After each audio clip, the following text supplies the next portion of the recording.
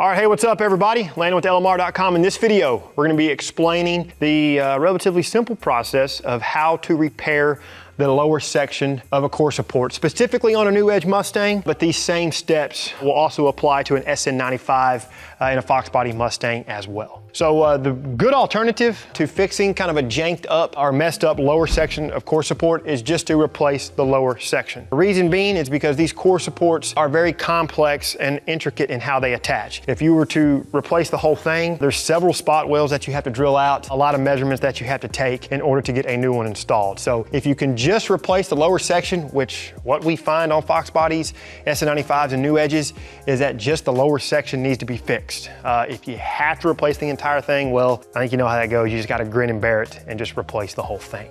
So every situation is gonna be a little bit different, and majority of the damage on this lower section of core support is from improper jack or toe strap placement, possibly running over something, or even a minor fender bender. So the price of a brand new factory style core support is relatively inexpensive. So if you already have the specialty tools for this, the only thing you're gonna be out is the cost of a core support. If you don't have those specialty tools, you will need access to a welder, grinder, as well as a handheld deep cut bandsaw. The car we're gonna be working on the video belongs to an employee, Nathan Anderson. He recently picked up the car a few months ago, give or take, at the time of this video, but he's working on improving the car, and this was a section of the car that bothered him. And instead of going to a tubular lower support, he wanted to graft in a factory style piece from a brand new factory style core support. And the reason why is because he wanted to retain everything that attaches to this lower section of the core support. So just to kind of name a few things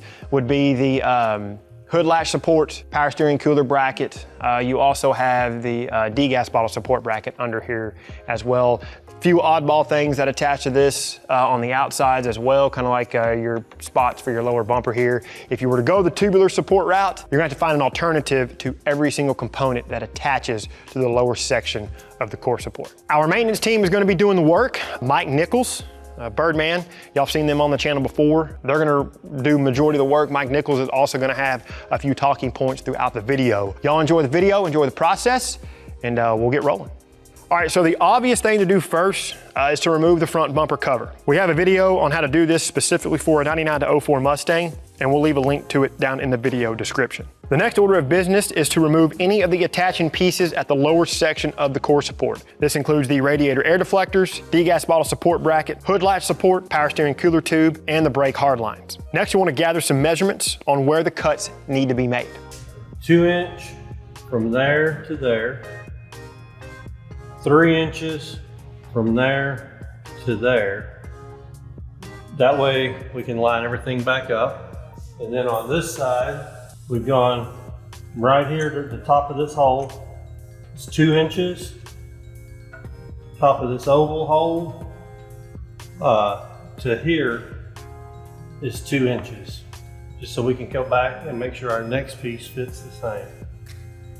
And then once we've transferred and done our measurements from the top, the bumper horn, bumper mount, down, we made a mark where we knew we had good metal without being bent. We did the same thing, we measured from here to here. We did have this part pre-painted so we could paint areas that we couldn't paint once it's on the car, and then we can just touch up where we welded. This gives us the option to where we don't have to put this whole part in, because there's a tremendous amount of spot welding. It allows us just to use the sections that are bad, where you can see that one, somebody's hooked up and bent it, pulling it with a toe strap or something. Bumper didn't align. All we need to do is fix the alignment issues. The rest of it's structurally good, so we're just gonna section out the piece that we actually need. Once you've measured twice, it's time to cut just once. We're gonna be using a deep cut variable speed handheld bandsaw. This makes quick work of the core support, but be sure and support the lower section of the core support before cutting the other side. Once the other cut is made, hang the radiator and condenser with a bungee strap. Nichols ended up making a fancy gauge with some scrap aluminum angle to make sure the new core support was cut in the correct spot. After a few secondary checks, Birdman went ahead and cut the new support. Be sure and transfer any pieces from the old section to the new section. If you like the details, go ahead and clean them up with an all-purpose cleaner. Mock up the new section and tack weld it into place. Make sure all of the attaching pieces and the lower front bumper pushpin holes all line up correctly. Once you have all of this verified, scuff the old support and the new section with a flap disc to have some bare metal to weld on. Now we can fully weld the new section. Grind down the seam and lay down a couple coats of the LMR factory appearing E-coat until complete coverage is achieved. Follow that with your choice of top coat. Nathan went with the factory color for his car, which is Performance Red. Just be sure you mask off the areas that you don't want overspray on. Reattach all the components and reassemble the front bumper. All right, everybody, that's a wrap. Hope you enjoyed this one. It just kind of popped up one day. Maintenance Mike Nichols called us and said, hey, I'm gonna be fixing Nathan Anderson's core support. I think this one could be a good one y'all put on video.